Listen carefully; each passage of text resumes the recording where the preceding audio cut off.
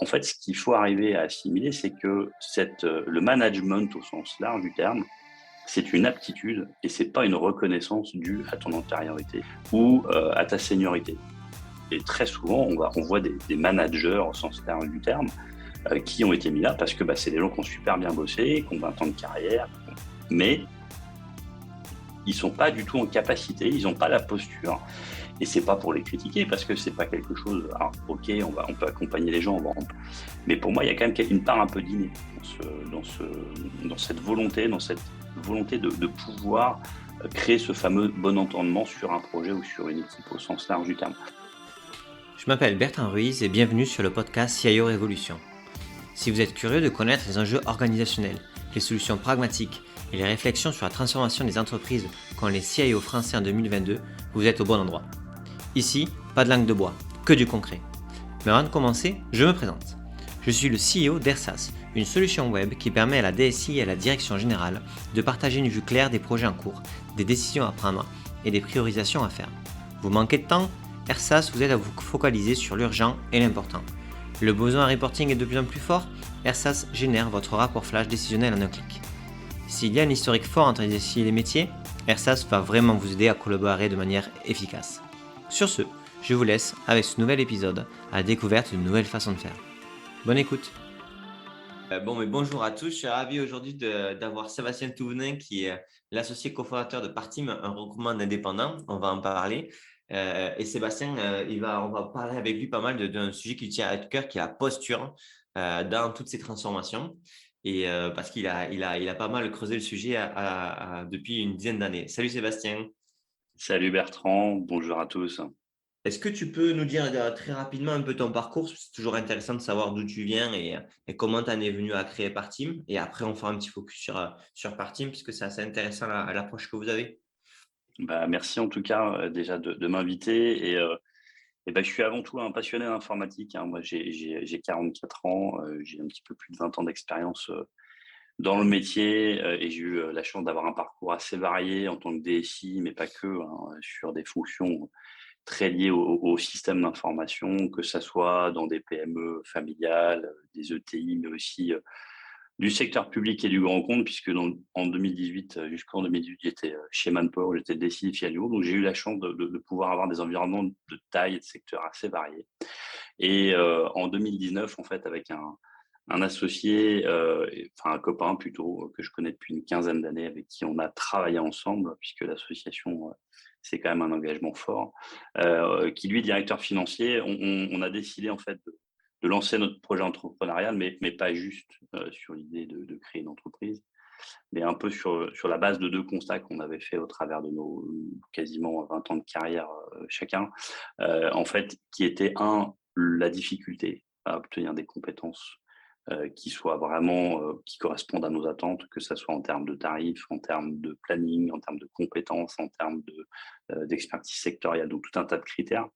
Et le deuxième constat, c'est quand même alors qui est un peu sur la base d'une frustration de moi en tant que DSI et en tant que DAF, direction support au sens large du terme, c'est le manque de perception de valeur en fait, un peu de la part des dirigeants d'entreprise de nos fonctions support. Alors, j'aime pas trop ce terme fonction support, c'est pas Ouais, forcément très. c'est pas très valorisant et Non, ça montre pas bien ce que ça doit faire, mais on est d'accord. voilà, ça parle à tout le monde, mais c'est pas très valorisant et notamment pour les dirigeants, c'est un peu l'image qui reste aujourd'hui de pas mal de dirigeants. Alors, je vais pas en Bien faire une sûr. généralité, mais c'est basé sur un constat des expériences qu'on a pu avoir s'est renforcé en tout cas depuis qu'on a créé Partim. Après, je ne vais pas rentrer dans la caricature, mais quand tu vas dans des PME ou même dans des ETI, même parfois certains grands comptes, la DSI, c'est un peu vu comme la direction sans intérêt. Donc j'aime bien dire ça parce que c'est un peu provoque, même si évidemment, encore une fois, le trait est noirci. Et en fait, le constat, ces deux constats-là nous ont amené à se poser la question de pourquoi en fait il y avait un problème de perception de valeur. Et on en est arrivé à une conclusion qui était que très souvent, pour pas dire quasi systématiquement, il y avait un problème de posture. Donc, alors la posture, on va revenir dessus, j'imagine, pour définir un peu plus ce que c'est, mais il y a quand même le sujet de la compétence technique et d'expertise. mais aussi le sujet du comportement de là ou des personnes qui travaillent avec toi, qu'elles soient salariées ou qu'elles soient en prestation de service. Et c'est comme ça qu'est née Partim, en fait. Et on s'est dit, bah, on va répondre à ce sujet à la fois de pénurie de talent, mais aussi de pouvoir proposer des gens qui ont la bonne posture. Donc voilà un petit peu l'histoire de Partim et en quelques mots sur notre offre de service.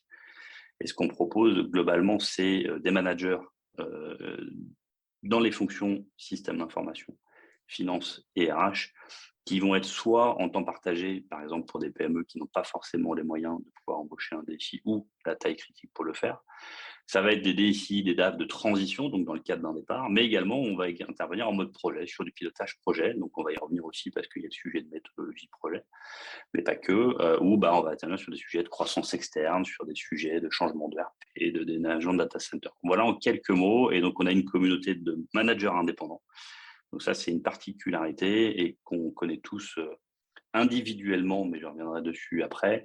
Et cette année, voilà, ça fait 4 ans qu'on existe. On a une communauté d'à peu près 400 managers indépendants. On est 4 personnes et on va faire à peu près 4 millions d'euros de chiffre d'affaires. Donc, c'est l'année du 4 cette année. Taille du 4. Alors, sur la partie de ce que tu dis, donc là, votre conclusion sur la question de la posture, etc. Moi, ça m'intéresse de creuser ce point-là et pourquoi on fait cet épisode, parce que souvent, ce que je vois, c'est des DSI ou même des directions de manière globale de la transfo ou autre, hein, qui ont une expertise technique. Tu vois, c'est pas des rigolos, quoi. Tu vois, ils savent de quoi ils parlent ou autre. Par contre, la façon dont ils communiquent les choses, la façon dont ils ont un rapport aux autres, la façon dont ils embarquent les équipes, en fait, tu te dis, mais pourquoi vous vous y prenez comme ça? C'est pas un jugement de simplicité en mode ils sont nuls, c'est pas du tout mon propos, mais c'est plutôt de dire, mais en fait, ok, vous êtes des experts, il n'y a pas d'enjeu là-dessus, on ne va pas venir vous chercher, mais par contre, vous avez le dé de direction, et donc du coup, il faut entraîner tout le monde, quoi. Et en fait, souvent, j'ai l'impression que comme ils ont été un peu cornérisés sur, comme tu disais au tout début, sur la valeur un peu plus service support. Et maintenant, ce que je vois arriver, c'est aussi beaucoup de DSI qui oublient le D de DSI parce que de direction, parce qu'ils sont en mode cybersécurité et deviennent encore plus un expert d'un truc que personne ne comprend mais que tout le monde a peur. En gros, la posture redevient une posture d'expert qui n'est pas du tout une posture qui entraîne les gens. Et toi, comment tu vois voilà, c'est quoi ton avis là-dessus sur ce que tu as vu, mais aussi l'évolution de cette posture-là auprès des DSI que tu côtoies au quotidien? Tu as employé le terme qui va bien, c'est l'expertise, parce que très clairement, et d'ailleurs, même encore aujourd'hui, après 4 ans d'existence, nos clients viennent nous chercher pour de l'expertise sur un secteur particulier, sur une fonction particulière, sur une technicité particulière, même si on n'est pas une société de service à proprement parler. Mais nous, ce qu'on leur rétorque, c'est qu'on va vous proposer évidemment quelqu'un qui a cette expertise-là, mais surtout qui va avoir la posture pour répondre à votre besoin. Alors, la posture peut être juste en introduction, un peu pour définir ce que c'est, parce qu'on assimile à la posture naturellement, on va parler de posture du corps, mais là, c'est pas le sujet, c'est plutôt la posture d'esprit. Et c'est quelque chose qui est c'est une attitude de quelqu'un qui va avoir la volonté de créer un peu le bon entendement dans son travail. Ça, c'est quand même quelque chose d'important. Et on a travaillé avec une personne qui nous a dit un jour une phrase qui nous a marqué, et qui aujourd'hui, qu'on ressort assez régulièrement, y compris chez nos clients, c'est que dans une entreprise ou dans une organisation au sens large du terme, on va chercher des compétences, on embauche des compétences, mais on licencie des comportements. Et ça, c'est quelque chose d'assez fort parce que, comme tu l'as dit toi-même, sans généraliser sur les décis, mais pour parler de ce sujet qu'on connaît bien tous les deux, ce sont des gens qui ont des postures d'experts et qui sont des sachants sur le sujet. Jusque-là, pas de problème. Mais pour autant, ce ne sont pas forcément des gens qui vont avoir la capacité à emmener une équipe, une capacité à communiquer avec les gens, une capacité à fédérer autour d'un projet. Ce n'est pas du tout pour remettre en cause cette expertise-là, parce qu'il y a des gens qui sont hyper pointus et c'est super. Mais en fait, ce qu'il faut arriver à assimiler, c'est que le management au sens large du terme, c'est une aptitude et ce n'est pas une reconnaissance due à ton antériorité ou à ta seniorité. Voilà, ça c'est quelque chose de vachement important et que nous on rencontre assez régulièrement dans les entreprises, et très souvent on voit des managers au sens large du terme qui ont été mis là parce que c'est des gens qui ont super bien bossé, qui ont 20 ans de carrière, mais ils sont pas du tout en capacité, ils n'ont pas la posture. Et c'est pas pour les critiquer parce que c'est pas quelque chose. Alors, ok, on peut accompagner les gens, on va en parler pour les aider là-dessus. Mais pour moi, il y a quand même une part un peu d'inné dans cette volonté de pouvoir créer ce fameux bon entendement sur un projet ou sur une équipe au sens large du terme. Tu m'as posé une question sur l'évolution. Alors, je vais pas revenir sur l'informatique des années 80 qui était un Non, peu. ouais, on va rester Voilà. dans une époque. Bon, tu vois, déjà, j'étais pas né en 80, donc on va pas commencer à parler de ce genre de choses. Commence à l'année 2000, là, je commençais à comprendre la vie déjà. Bon, sans remonter jusqu'à 80, effectivement, mais dans les années 2000, il y avait quand même déjà l'informatique. Alors, même si c'était avec le démarrage de la bulle Internet, il y avait quand même déjà un changement de culture. Mais on était encore quand même dans cette informatique un peu donneuse de leçons. Tu parlais de cybersécurité, c'était un peu un fort Vauban, hein, la DSI à l'époque, et finalement, personne ne pouvait rentrer. Personne ne maîtrisait aussi le sujet. Donc, ça arrangeait aussi pas mal les dirigeants de confier les clés à la DSI. Mais pour autant, il y en a qui ont abusé un peu de cette situation-là. Et malheureusement, on voit aujourd'hui que les DSI, et pour en revenir à ce que je disais sur la perception de valeur des fonctions support, c'est pas spécifique à la DSI. En fait, on est là quand même pour supporter le business, d'où le terme support, hein, parce que c'est quand même quelque chose de très fort. Le support, on vient supporter le business, donc on se doit en fait de se préoccuper de ce à quoi va servir ce qu'on fait. Ça peut paraître complètement bateau ce que je suis en train de dire, mais on n'est pas juste là pour accorder des tuyaux entre eux et s'assurer qu'il n'y ait pas de fuite. Non, il faut regarder ce qui vient en entrée et ce qui va en sortie. C'est quoi ma contribution à la valeur, à la création de valeur de l'entreprise et en quoi je pourrais l'améliorer. C'est là où, en fait, malheureusement, je vois trop souvent, même encore maintenant, alors ça s'est amélioré, hein, pour répondre à la question sur la situation. Je trouve que, alors, il y a aussi une rotation de génération qui est en train de s'opérer un petit peu, avec aussi d'autres travers dont on pourra parler peut-être tout à l'heure, mais il y a quand même une amélioration, une prise de conscience, une vraie volonté, en fait, de donner du sens au travail que l'on fait, de servir à quelque chose dans l'entreprise. Mais ça reste encore un réflexe assez naturel de nos fonctions, de nos experts, de dire moi, je suis sachant sur un sujet, donc je vais rester dans cette zone-là parce que c'est aussi une zone de confort. Et le fait de m'exposer, c'est pas forcément rendre service aux gens. En fait, il faut pas toujours chercher à vouloir faire en sorte que ces experts-là soient des facilitants, des facilitateurs, parce que peut-être qu'ils ne le sont pas naturellement et que ça va les mettre en difficulté. Donc la notion de posture est vraiment quelque chose d'hyper important. Et pour revenir un peu sur la façon dont on adresse ça aujourd'hui, nous, chez Partim, typiquement, on fait travailler nos indépendants et tous nos managers indépendants sont évalués sur ce qu'on appelle les soft skills. Alors, c'est un terme qu'on voit beaucoup sur internet, la partie soft skill, c'est la capacité, en fait, à mettre de l'objectivité sur des choses qui sont par nature très subjectives. Parce que, moi aujourd'hui, super, je m'entends bien avec toi Bertrand, est-ce qu'on est en capacité de bosser ensemble? Ça, c'est un autre sujet. Donc en fait, on va regarder ces 2 aspects-là et ça, moi, c'est un peu ce que j'invite tout le monde à faire systématiquement, c'est aussi s'appuyer sur des outils qui existent. Nous, on en utilise un particulièrement, mais il y en a d'autres sur le marché. Mais c'est de regarder la capacité à interagir, mais la capacité à collaborer, parce que c'est vraiment 2 choses complètement différentes. On peut très bien s'entendre tous les 2, mais pas arriver à bosser parce que moi, je vais avoir, par exemple, un sens du dépassement de l'objectif que tu n'auras peut-être pas forcément. Alors, te concernant, j'en doute fortement, mais c'est pour prendre un exemple. Donc, et ça peut gêner quand on travaille ensemble. Par exemple, prenons juste ce point-là.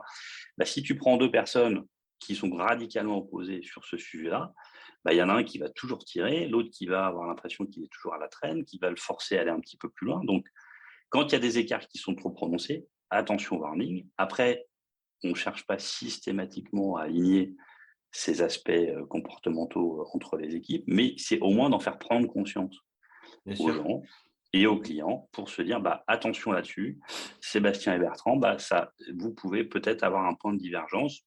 Et quand tu le sais, ça va tout de suite beaucoup mieux parce que ça permet quand même de lui mettre du lien dans l'entreprise. Et typiquement, ce type de questionnaire, nous, on le fait aussi répondre à nos clients pour notamment, quand on propose un manager, qu'il soit en temps partagé ou en tant qu'indépendant, vérifier ces points-là.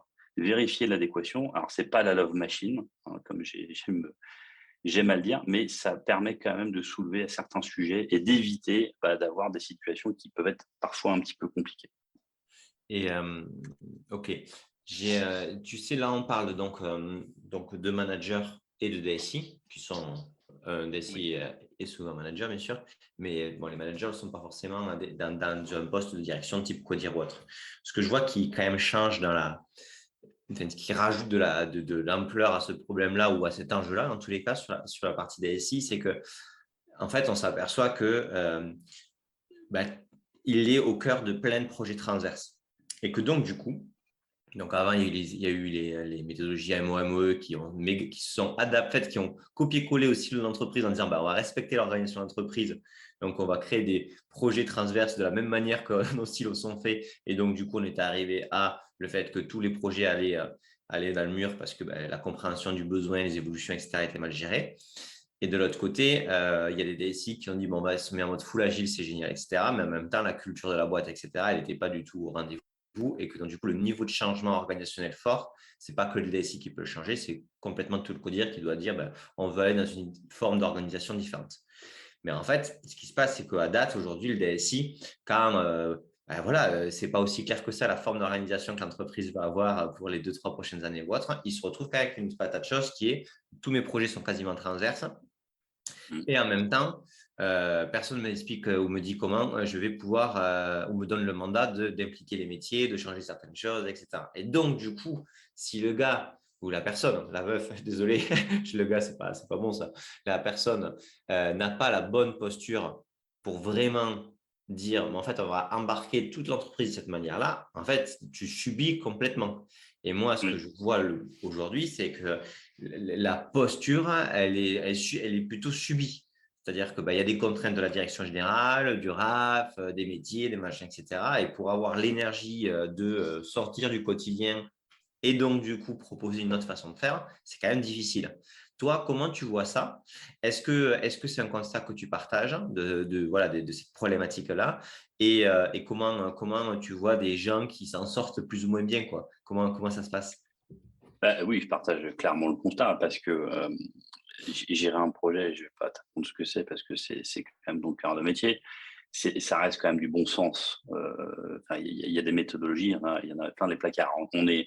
On a la chance d'être dans un métier, nous, avec un ensemble de bonnes pratiques qui est juste une richesse assez inouïe, ce que n'ont pas les financiers et les RH. Enfin, en tout cas, pas du tout dans les mêmes proportions. Je ne vais pas dire qu'ils n'ont pas parce que je vais me faire des ennemis, mais pas du tout dans les mêmes proportions que dans l'IT, où on a des méthodologies de projet, des méthodologies d'accompagnement au changement qui sont quand même des choses, des bonnes pratiques en tout cas, sans parler de méthodologies qui sont vachement bien. Mais en fait, on a beau, et là, on va faire le lien aussi avec ce qu'on disait tout à l'heure sur l'expertise. C'est pas parce que tu es tamponné Prince 2 que pour autant tu vas être quelqu'un qui va être en capacité à emmener les équipes, à emmener les projets. Alors certes, effectivement, on va avoir une méthode de projet qui va juste être géniale. On va avoir quelque chose qui va être absolument nickel. Mais pour autant, si tu communiques pas auprès des gens, si tu n'accompagnes pas le changement, le projet, il va avoir une perception qui sera pas bonne, ça va pas emmener les équipes, ça va embêter tout le monde. Et en plus de ça, les projets, comme tu l'as dit, sont quand même hyper transverses maintenant. Les projets des DSI sont hyper transverses.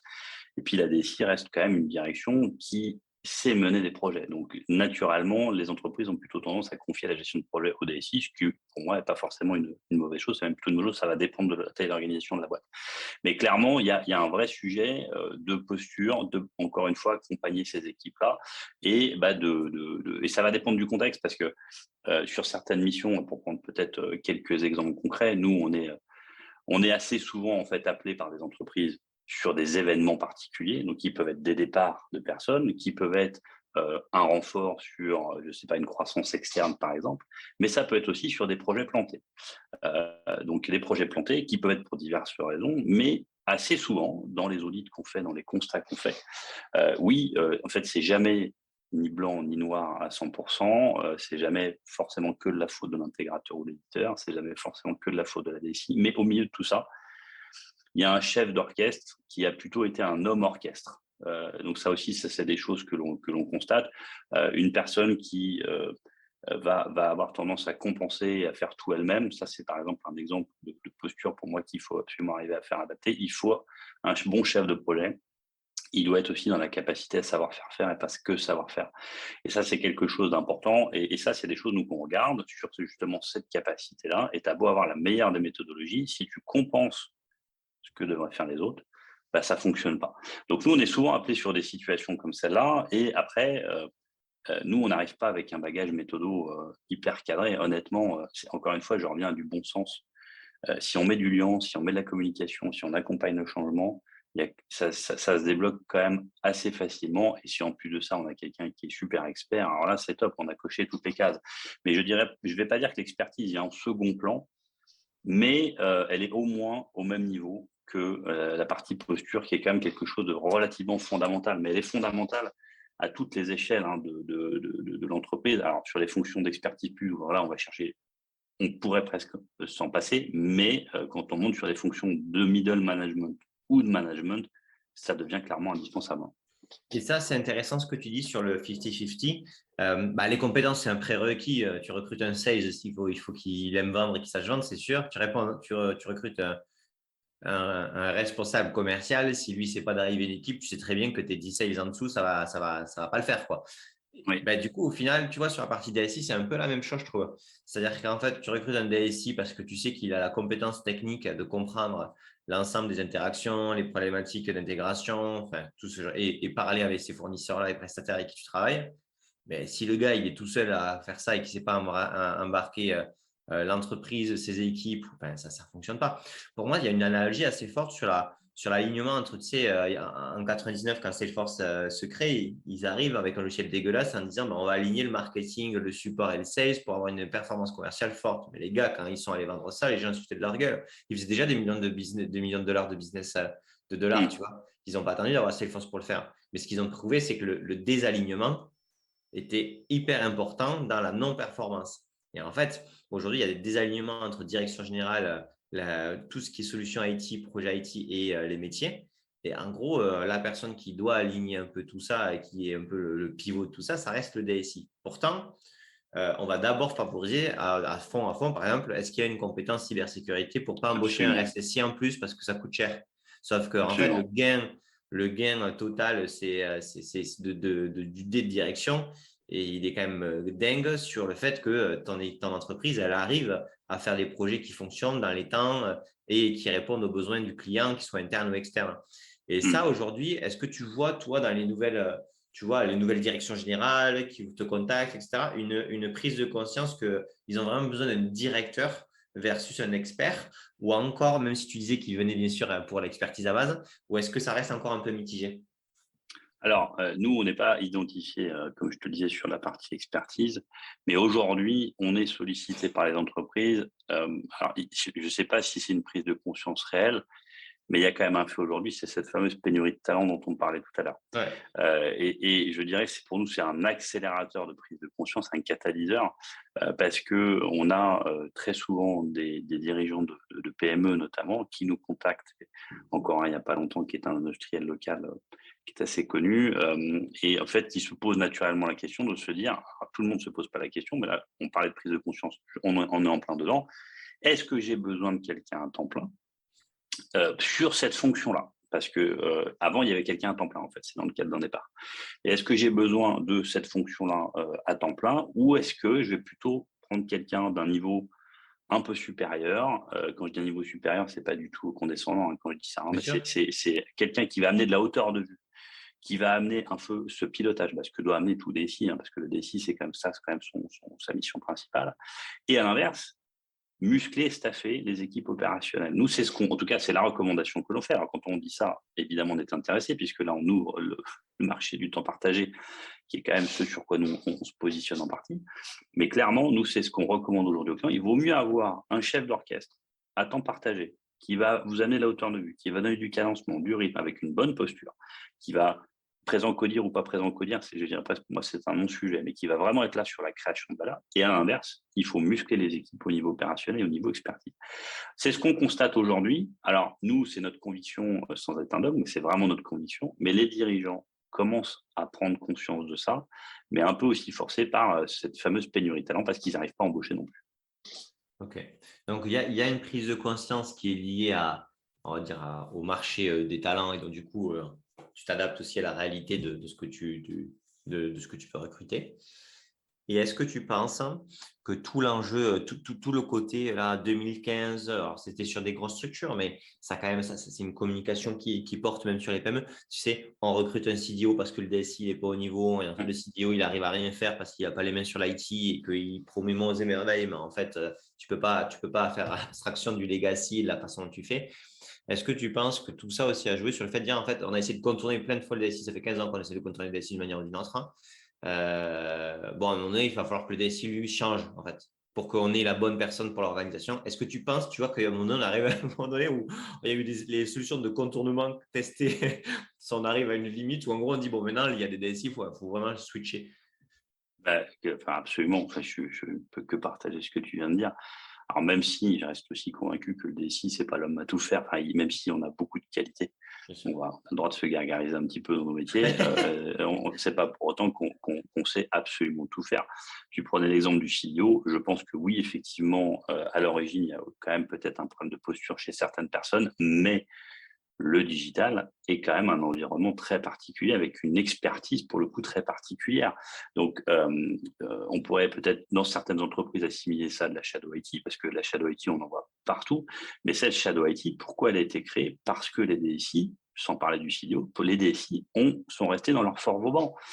Et ça, c'est quelque chose quand même vachement important. Donc, cette fameuse création de valeur, ils n'y étaient pas parce que ils ont été à leur niveau, ils sont restés dans leur posture d'expert. Et c'est là où je pense qu'il y a eu un souci. Et on le voit encore trop souvent aujourd'hui chez des clients, et quelle que soit la taille. Hein. Moi, j'interviens aujourd'hui dans une grande organisation publique, sans la citer. J'ai ce sujet-là, en fait. Donc, des gens qui sont dans la posture et derrière qui vont s'étonner que euh, le donneur d'ordre d'à côté ne soit pas passé par lui.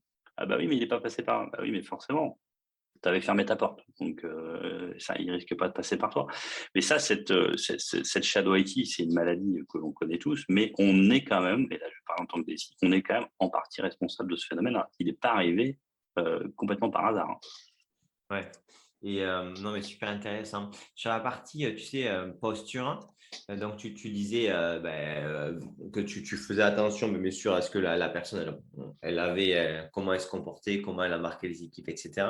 Il y a aussi une question de fit entre personnes, qui n'est pas du tout liée à une question de compétence ou de savoir-être, mais plutôt tu vois, c'est comme un recrutement ou autre. Moi, ce que je vois aussi souvent, c'est que quand on recrute des managers de transition, etc., il y a quand même, il faut quand même que ça fitte énormément, bien sûr, avec le dirigeant qui recrute cette personne-là, puisqu'il y a souvent une situation de crise ou autre, mais aussi avec les équipes ou dans tous les cas, le management avec qui tu vas collaborer. Comment toi, tu t'arrives à faciliter de trouver la bonne personne, parce que situation de crise égale, voilà, tout le monde est un peu tendu. Tu arrives avec un gars, le gars, en fait, il s'entend pas avec les deux autres boss d'à côté, ça va être compliqué, ça rajoute du problème au problème. Comment toi, tu t'arrives à affiner un petit peu cette sélection? Bah, il y a deux façons, enfin deux manières d'adresser ça. La première, c'est un peu, je vais pas dire notre savoir-faire, en tout cas l'intuition qu'on a développée avec notre expérience en tant que salarié, mais aussi depuis qu'on a créé Parti. Mais ça, c'est quelque chose qui est complètement subjectif. Hein. Donc, Ouais. c'est une façon de ressentir les choses, de se dire, je pense que ce manager-là va plutôt fitter avec tel client. Mais surtout, hein, et comme je te l'expliquais au tout début dans la présentation de Partim, nous, on s'adosse aujourd'hui à un outil qui est perfectible, mais qui, je pense, aujourd'hui, a fait quand même plutôt ses preuves, pour justement amener de l'objectivité sur ces matchs-là. Donc, en fait, on propose à nos clients de aussi, eux, de répondre à ces questionnaires d'évaluation comportementale. Tout le monde ne l'accepte pas. Déjà, on ne systématise pas la démarche, mais tout le monde ne l'accepte pas. Mais quand ils acceptent, et de plus en plus le font, les résultats sont quand même assez étonnants. J'ai un exemple très concret en tête que je peux te citer qui date il y a quelques semaines à peine. On a été sollicité en fait par un gros acteur du luxe là qui nous a demandé en fait un dispositif en fait de travailler sur un dispositif de manager pour pouvoir opérer un projet de transformation de move to cloud assez conséquent et avec un certain nombre d'acteurs. Et voilà, même si on a été sollicité sur plusieurs types d'expertise ou de profils, voilà, il y avait d'autres confrères qui étaient challengés. Mais en fait, nous, on a répondu et on a posé la question en fait aux clients, justement, étant donné qu'il allait devoir travailler au quotidien avec ces personnes-là sur un projet qui était un enjeu stratégique majeur, nécessairement, il fallait que l'huile soit dans les rouages soit assez naturelle. Donc, on lui a proposé de répondre à ce questionnaire et de faire l'analyse de match entre les profils qu'on a lui proposé.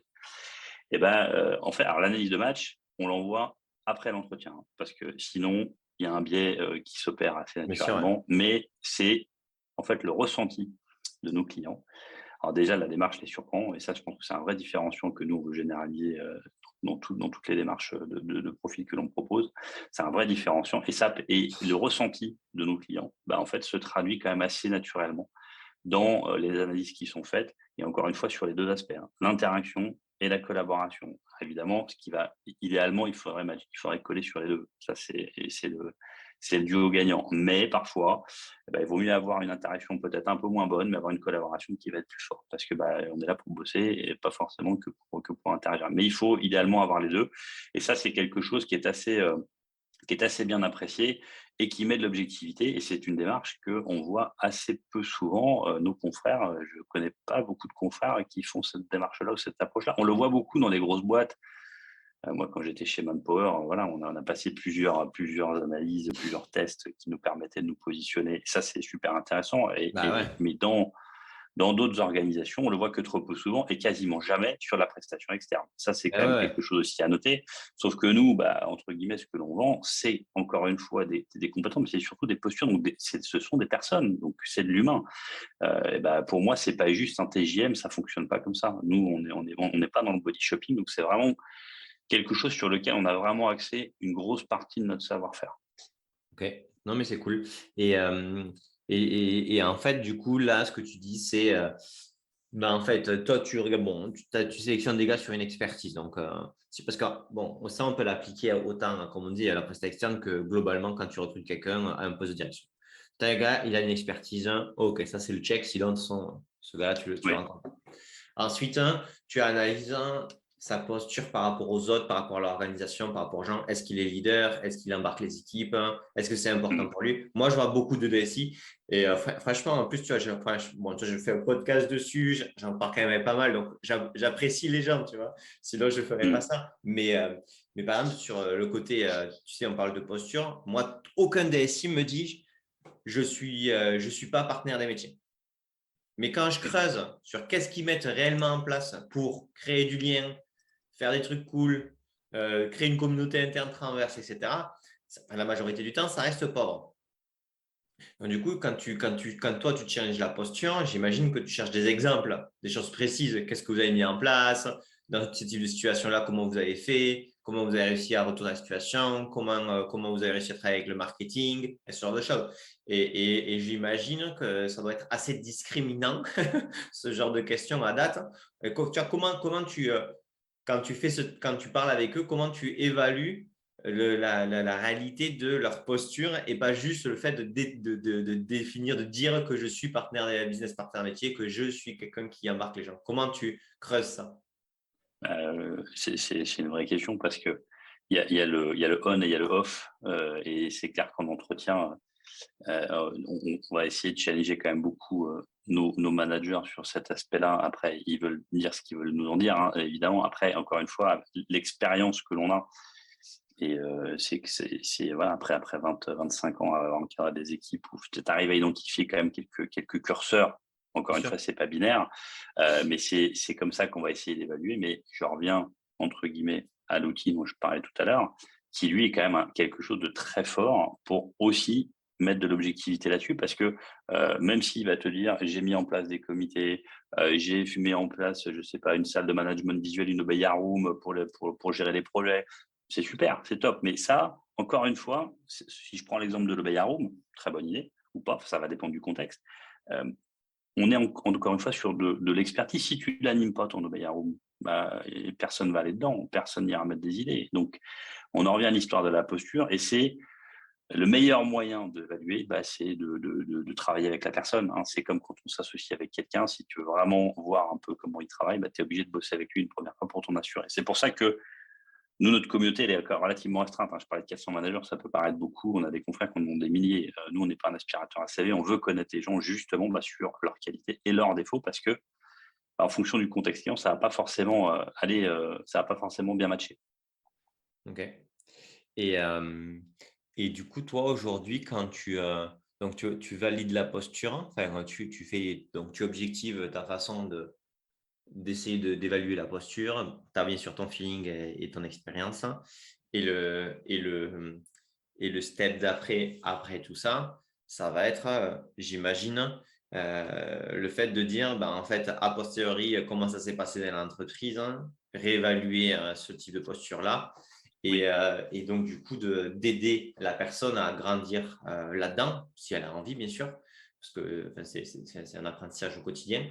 Est-ce qu'aujourd'hui, tu vois des DSI qui sont majoritairement ouverts à se faire challenger et sur ça a posteriori, tu vois? En mode, ben voilà, comment j'ai fait, comment tu aurais pu faire différemment, pourquoi cette position-là que tu as eue, elle a été compliquée pour les autres, hein, etc. Ou est-ce qu'encore, ça reste encore un petit peu compliqué là-dessus?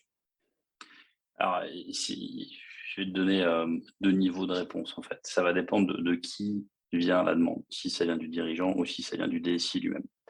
Dans les 2 cas, on a toujours un peu cette phase, alors j'aime pas le terme audit parce que ça fait quelque chose de très, très, très lourd alors que l'objectif, c'est quand même de poser un diagnostic, justement pour challenger le DSI ou les managers en mission, pour identifier, bah, là où ça aurait pu, aller mieux, là où ça aurait pu, là où ça a coincé, là où voilà, pour un peu les faire, faire un peu de mentoring un peu sur la mission et donner un avis en fait, de donner un regard externe. Bah, c'est toujours très bien apprécié a posteriori. A priori, les DSI que l'on va challenger, voilà, c'est pas forcément un exercice qui est très simple parce que surtout quand tu parles de posture ou de comportement, bah, en fait, tu touches à la personne à proprement parler. Là, tu touches pas à son expertise au fait qu'il soit bon ou pas bon. Là, on va toucher à la personne, donc il y a quand même une question d'ego. Donc il faut quand même faire attention à ça parce que nous, on n'est pas là pour donner un avis sur les gens, on n'est pas du tout sachant sur le sujet. Mais on a toujours une approche bienveillante, mais non complaisante. Donc ça, c'est quelque chose vraiment qui nous caractérise. On va dire à la personne, écoute, moi, si j'avais été toi sur ce sujet-là, c'est peut-être pas forcément adapté à ton contexte, mais je pense que tu aurais pu faire peut-être un peu plus comme ça. OK. Bah, ça passe généralement bien, même si, ça suscite aussi, nous l'objectif c'est de susciter un peu l'échange et le dialogue parce que, peut-être qu'il y a des éléments de contexte qu'on n'a pas et se créer une espèce de relation de confiance avec les DSI ou avec les dirigeants et qui aujourd'hui, bah, en fait est plutôt, je pense bien apprécié parce qu'on a, plusieurs clients qui nous, font confiance sur des besoins différents. Donc on démarre par exemple, une mission de DSI, on a le cas, d'une entreprise industrielle, dans notre coin. On a démarré par un DSI à temps partagé. On a maintenant une DAF à temps partagé. L'idée, ils viennent chercher chez nous quelqu'un qui va les aider à débloquer des situations, qui va leur amener de la hauteur de vue, et challenger aussi un peu les équipes, mais avec bienveillance. Alors, encore une fois, ce terme bienveillant, il est utilisé à toutes les sauces. C'est assez fatigant de le voir un peu partout comme ça, mais c'est vraiment, on n'est pas là pour juger les gens, on est là pour les accompagner et les faire grandir. Si on est missionné juste pour virer les gens, c'est pas notre métier. Il y a des boîtes qui font ça très bien, beaucoup mieux que nous. On n'est pas là non plus pour coacher les gens parce que nous ne sommes pas des coachs professionnels où là, il y a une certification, il y a une méthodologie qui est vraiment hyper importante. On est plutôt là vraiment pour les accompagner et les faire grandir dans leur posture. C'est vraiment aujourd'hui ce qui est attendu par nous. Et ça, du coup, tu parles du dirigeant qui le fait, mais est-ce que du coup, enfin, qui propose ça, mais est-ce que du coup, toi, tu vois, même si vous n'êtes pas du tout coach hot, mais est-ce que tu vois, toi, sur le marché, des DSI qui sont de plus en plus preneurs de Mm. challenge sur leur posture ou pas encore? Tu vois, si tu Si, disais, si, ouais, si, si, si. Alors, je t'ai pas répondu, excuse-moi, sur cette non, non, question, mais t'inquiète. on a effectivement aussi, moi j'ai des DSI qui me sollicitent, mais ce sont des DSI de structure déjà un peu plus conséquentes. L'exemple que j'ai pris auparavant, on est plutôt sur la DSI de PME ou grosse PME. L'exemple que tu prends, on va plutôt sur des organisations avec une DSI qui va dépasser 20-30 personnes, donc qui commence déjà à être une DSI d'une certaine taille, où là, bah, il y a le questionnement du DSI, et je vais faire une analogie avec le dirigeant, même si on parle de DSI, c'est là un peu la solitude du dirigeant, parce que ça, c'est quand même, c'est pas du tout une légende. tu as des dirigeants aujourd'hui qui se sentent seuls et qui ont besoin de se faire challenger. Le DSI, à son niveau, dans cette direction, il est seul à diriger l'équipe. Donc, cette solitude du dirigeant, c'est vraiment quelque chose d'hyper important et ils apprécient beaucoup. Mais la démarche, elle vient, là, dans ce cas de figure-là, elle vient si elle vient du dirigeant, on a un angle d'approche, enfin, la finalité n'est pas forcément la même. Là, quand ça vient du DSI, nous, on a le cas, et là où j'interviens, moi, à titre personnel, dans l'organisation publique dont je parlais, on est clairement dans cet exemple-là. Ils sollicitent aujourd'hui mon avis pour faire grandir et accompagner l'équipe de façon pragmatique. Donc, ce n'est pas juste rester perché dans des slides, c'est aller accompagner les équipes au quotidien pour leur faire prendre conscience que sur ce sujet-là ou sur ce sujet-là, ils ne sont pas forcément au rendez-vous de là où ils sont. Parce que voilà, on est dans des métiers opérationnels, on est dans le tunnel, on est dans un écosystème qui, pour certains, ils n'ont connu que celui-ci tout au long de leur carrière. Ça fait du bien un peu de sortir de sa zone de confort. Il n'y a que comme ça qu'on progresse, de toute façon. Un des trucs sur ça que je vois sur la partie, tu sais, avoir envie de se level up, etc., c'est que en fait, il y a beaucoup de communautés de DSI, mais en fait, tu restes entre pairs. Et en gros, ce que j'ai l'impression, c'est que ces communautés-là, globalement, elles ont en elles-mêmes le problème que les DSI ont, qui est de rester entre pairs. C'est-à-dire que le DSI, en fait, le problème, c'est qu'il est un peu trop entre pairs. Tu vois. Et du coup, qu'il faudrait qu'il s'ouvre de manière plus générale aux autres membres du CODIR ou de notre typologie pour mieux comprendre et mieux travailler avec eux. Et que du coup, c'est aussi une des choses où la posture, elle se renferme en mode expertise parce que tu es moins open sur les autres parce que tes communautés de pairs, c'est vraiment la direction, tu vois, IT. Et on repart, tu vois, les DSI, de quoi ils parlent? Qu'ils adorent. Tu prends les événements qui sont top, tu vois, comme à Monaco, organisé par Comexposium, etc. C'est sur de la sécurité. C'est blindé. Il y a tous les DSI qui viennent sur la sécurité. Tu fais un événement DSI pivot transfo, tu peux le faire tranquille, hein. Il n'y aura pas autant de monde, quoi. Est-ce que tu ne penses pas aussi que le DSI, du coup, pour pouvoir un peu level up la posture, il doit être plus en contact avec des réseaux qui ne sont pas des réseaux de DSI? C'est peut-être un peu pris, mais… C'est une idée que je trouve plutôt pertinente. Si, alors pour rebondir sur ce que tu disais, oui, c'est clair. Puis on aime bien aussi surtout entre pairs parce qu'on va parler le même langage. Donc, une fois n'est pas coutume, dans une journée, on va parler avec des gens qui nous comprennent. Bon, je caricature évidemment, mais oui, les DSI se retrouvent souvent entre pairs, mais les DAF font pareil et les DRH de la même manière. Donc, mais là, pour le coup, ce sont des lieux de rencontre justement pour parler expertise. Donc l'événement est fait pour ça. Par rapport à ta remarque qui, je pense, est plutôt assez pertinente, nous, on voit assez régulièrement, alors je vais parler que sur la région nantaise où moi je me trouve, dans les réseaux métiers, que ce soit DAF ou DRH ou DSI, on a de temps en temps, c'est assez rare, des gens d'autres métiers qui viennent à ces événements-là. Effectivement, c'est une démarche qui pourrait avoir du sens, en tout cas d'être généralisée, parce qu'un DAF vienne aux réunions de l'ADN Ouest, qui est l'association qui est basée sur Nantes, c'est vachement pertinent, mais l'inverse, c'est vrai aussi. Moi, typiquement, je suis allé participer à des trophées du DAF en temps partagé. Alors, on était partenaires, donc OK, mais ça m'a permis aussi d'aller comprendre et entendre des projets que des DAF ont menés. Et c'est passionnant parce que tu en as qui vont te parler de lever des fonds ou de faire rentrer des boîtes en bourse. Honnêtement, c'est des choses qui sont complètement lunaires. Enfin, qui, pour moi, sont encore aujourd'hui complètement lunaires. Mais c'est hyper intéressant parce qu'à leur niveau, ils vont te parler de leurs problèmes. Et c'est effectivement, ça te fait prendre conscience aujourd'hui de là où on pourrait effectivement les attendre. Et cette démarche-là, je ne sais pas s'il existe quelque chose de formalisé. Donc, c'est une idée. Donc, tu tiens quelque chose. Mais du coup, toi, dans tous les cas, sur toi, déjà, quand tu vois, parce que tu as une position qui est un peu, tu vois, cool, c'est-à-dire que tu peux parler avec des gens différents, des DG, avec plusieurs DG, quand tu parles avec des DAF, etc. Ça te permet quand même d'avoir une empathie, une précision des visions plus précises de leurs enjeux. Et donc, du coup, aussi, si tu as des enjeux avec eux sur certains projets, de comprendre aussi un peu mieux ce qui se passe pour eux en ce moment. Je comprends. Ouais.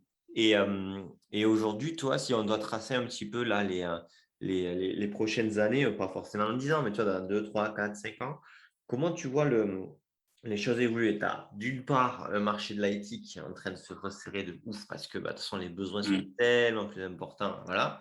En interne, de toute façon, il y a 10 fois trop de projets par rapport à la capacité à faire et la capacité future à faire. Donc là aussi. Et en même temps, il y a aussi énormément de gaspillage en interne sur la façon de travailler. Tu vois, moi, la majorité des sites que je vois viennent avec du PowerPoint, du portefeuille projet Mm, mm, mm, sur mm. Excel plus. Et donc, du coup, tu vois, est-ce que tu vois qu'il va y avoir une volonté forte de vraiment retravailler l'organisation interne pour, avec ressources constantes, mieux faire? Est-ce que non, parce que c'est pas la culture, on va aller faire du offshore ou tenter de faire du offshore? Comment c'est quoi les grandes dynamiques que tu vois sur le marché? Bah, ouais, j'en vois une qui va, je pense, édicter pas mal de choix stratégiques. C'est cette pénurie de talent dont tout le monde parle, qui est une réalité vraiment qui s'accentue de mois en mois. On en parlait déjà il y a quelques années et ça continue. Après, il y a aussi le phénomène Big Quit aux États-Unis, la grande démission. Alors, on en parle aussi beaucoup dans les médias français aujourd'hui, mais on n'est pas du tout dans les mêmes proportions que celles des États-Unis, même si c'est quelque chose d'assez significatif. Donc, de facto, si on parle des DSI, ils vont être confrontés de plus en plus à ce phénomène-là. Alors même s'ils ont des super partenaires comme Parteam qui peuvent les aider, on n'est pas non plus des magiciens. Et il va peut-être falloir apprendre à faire autant avec moins. Alors, on n'est pas en phase de restructuring où on est dans une boîte en mauvaise santé financière, mais peut-être que les DSI vont devoir, en tout cas, et pour répondre à ta question, faire optimiser en tout cas les DSI pour éviter la perte en ligne, des gaspillages d'énergie et de structurer notamment la démarche projet, parce que tu en parlais tout à l'heure, et je sais que tu maîtrises bien le sujet. Il y a quand même une déperdition d'énergie qui est quand même assez forte là-dessus. Il y a une gouvernance projet qui est parfois complètement inexistante et la DSI est vue comme une usine dans laquelle on rentre des matières premières, on attend un produit fini en sortie, et puis peu importe comment ça se passe. Ça, c'est des sujets qui sont vraiment hyper forts et là où sur lequel les DSI, il ne faut pas qu'ils attendent des autres, que ça vienne des autres. Et d'une façon générale, que ce soit la DSI, DAF, DRH, peu importe, les autres, c'est une contrainte qu'on ne changera jamais. Les autres au sens large du terme.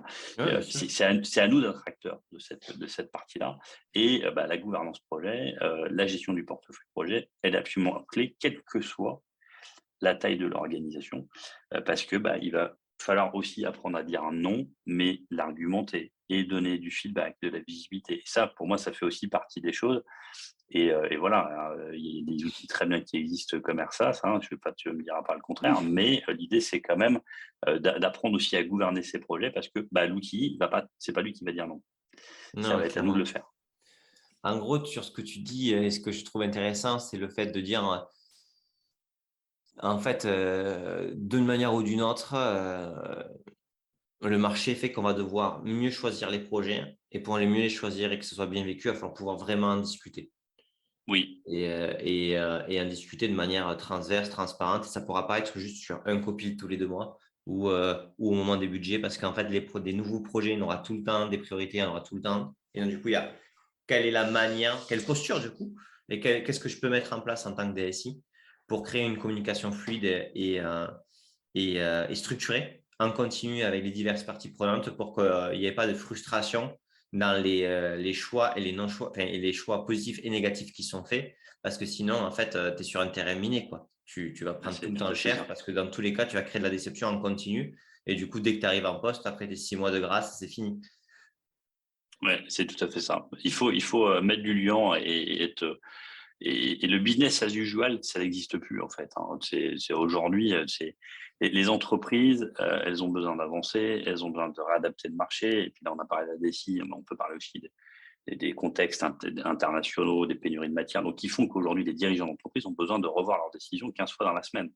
Parce que sinon, la boîte peut partir au tas. Donc là, nous, à notre niveau, en tant que DSI, je pense qu'il faut qu'on soit encore plus agile pour adapter, pour accompagner ce business-là. Donc on en revient à ce support du business. Plus que jamais, les boîtes vont avoir besoin qu'on les accompagne là-dessus. Et qu'on soit hyper agile et que on accepte aussi que y ait des stop and go parfois sur certains sujets, mais pour de bonnes raisons, pas forcément les mauvaises, ça c'est un autre sujet, mais il va falloir se réadapter, se réinventer, et tu rajoutes par-dessus ça la pénurie de talent dont on parlait tout à l'heure, on va pas s'ennuyer, ça c'est sûr. Il va y avoir un peu de taf, c'est ça? Ça va swinguer. Ça swingait, ouais. J'imagine. Ouais. Et ok, est-ce que toi, tu as, un point, quelque chose sur lequel quoi, tu voudrais insister ou qu'au contraire, on n'a pas parlé, qui te semble important avant de terminer cet épisode? Bah, peut-être que pour revenir sur la posture et sur les différentes qualités ou les choses à aller rechercher, parce que dans le choix de nos managers, dans les DSI et dans les managers de façon large, au sens large, moi je reviens sur l'erreur à ne pas commettre qui est de mettre des gens managers parce qu'ils ont super bien bossé dans la boîte en fait. Et encore une fois, c'est une réelle aptitude. C'est clairement pas c'est pas une reconnaissance. Faut pas que ça soit une reconnaissance. Ça peut être une reconnaissance, mais ça doit pas être le seul critère. Donc il faut avoir des gens qui vont, euh, c'est bête ce que je vais dire, mais qui vont aimer les gens, qui vont faire preuve d'abnégation, qui vont chercher à faire passer le collectif avant l'individuel. Et voilà. Et trop souvent, malheureusement, bah voilà, quand on voit des situations où c'est compliqué, eh ben, c'est que tu as des managers qui vont collectionner les médailles et qui vont faire passer leur intérêt avant celui du collectif. Et ça, pour moi, c'est quelque chose. Alors, moi, j'ai absolument pas ce tempérament-là, donc ça m'est complètement extraterrestre. Mais Quelque dans chose le que tu vois choix souvent. des dirigeants, nous, en tout cas, on les incite vraiment à regarder ce point-là. Et puis, bah, il va falloir apprendre à gérer la frustration des collaborateurs. Il dit, bah, écoute, je suis désolé, je vais pas te mettre manager, mais c'est pas parce que tu es mauvais que je t'aime pas. Mais parce que si je te mets là, bah, je vais te mettre en difficulté et tout le monde va y perdre. Voilà. Et c'est à décorréler la rémunération. Donc ça, en fait, c'est des pratiques de management qui sont pas nouvelles, mais qui sont pas forcément appliquées parce que bah, voilà, on fait monter les barreaux de l'échelle. On a toujours cette image-là dans l'entreprise. Bah, des fois, il faut peut-être élargir le barreau et pas forcément en monter un. Et des fois, tout le monde s'en sort beaucoup mieux. Non, mais top. Est-ce que tu te dis que toi, tu t'arrives dans des situations critiques parce que il y a eu ces choix-là ou mauvais choix-là, ou est-ce que, à majorité, ou est-ce que tu te dis, ou ce que tu vois, c'est plutôt, en fait, même si c'est pas ça la majorité, c'est plutôt que il y a vraiment des gens qui sont bien là où ils sont et tout, mais que globalement, il y a un manque comme ils sont trop dans la tête dans le guidon de tout le monde, il y a un manque de recul sur il faut qu'on travaille différemment ensemble, et ça veut dire un changement de posture, une façon de travailler différente, des rituels différents, des rôles différents, ou dans tous les cas, éclaircir tout ça. Est-ce que c'est plutôt des erreurs de management, tu vois, historiques, ou est-ce que c'est plutôt des personnes qui sont bien là où elles sont, mais globalement, ça fait trop longtemps que tout le monde est dans le guidon, et donc du coup, il y a une situation qui devient de plus en plus négative et qui paralyse l'entreprise. Alors, nous, on est sollicité sur, comme je te disais, sur un événement, sur quelque chose qui s'est passé, qu'il soit bien ou qu'il soit pas bien. Donc, si c'est à l'origine d'une erreur de management ou des gens qui se posent des questions, alors très souvent, les événements sur lesquels on est appelé, c'est des événements voilà, où on a une personne qui s'en va, il y a eu un burn-out dans une équipe, voilà, il faut remplacer la personne. En fait, on rentre toujours dans les entreprises, nous, par ce besoin de compétences. Et derrière, en fait, naturellement, on arrive à identifier qu'il y a d'autres sujets qui viennent de ça et on remonte en fait la ficelle de pourquoi cet événement-là. On a des entreprises, comme j'en parlais, mais je pense que c'est plutôt des entreprises qui ont déjà une certaine taille qui, elles, vont être plutôt dans l'aspect proactif, se poser les questions justement pour accompagner. Et ça, c'est évidemment la démarche à privilégier tant que faire se peut. Mais tout le monde n'a pas les moyens de le faire parce que on attend souvent, malheureusement, et je ne vais pas dire que c'est humain, mais malheureusement, je pense qu'on n'en est pas loin, on attend qu'il se passe quelque chose avant de réagir. Et c'est plutôt souvent ça que nous, on constate, que la personne qui va se poser les questions pour anticiper potentiellement quelque chose derrière. Écoute, merci pour tout. Et bien non, mais s'il y a des gens qui veulent te contacter pour en parler un peu plus sur LinkedIn, c'est ça? Ouais, sur LinkedIn, je suis présent sur LinkedIn. Vous pouvez me demander en contact Sébastien Touvenin par Team. C'est assez facile normalement de pouvoir me trouver. Et du coup, vous dites que ça vient du podcast, comme ça il sait que c'est pas un énième commercial qui veut lui vendre un truc. C'est bon, c'est Ah ça. ouais, ça, on arrivera à les identifier même sans ça, je pense. Bon, super. Merci pour tout, Sébastien. Merci Bertrand, à bientôt. Bon, mais j'espère que vous avez kiffé ce podcast. Comme toujours, n'hésitez pas à le partager sur LinkedIn, à le partager à vos collègues, chefs de projet IT, DSI. Ça nous aide toujours à trouver de nouveaux et des DSI toujours plus intéressants. Et écoutez, ciao!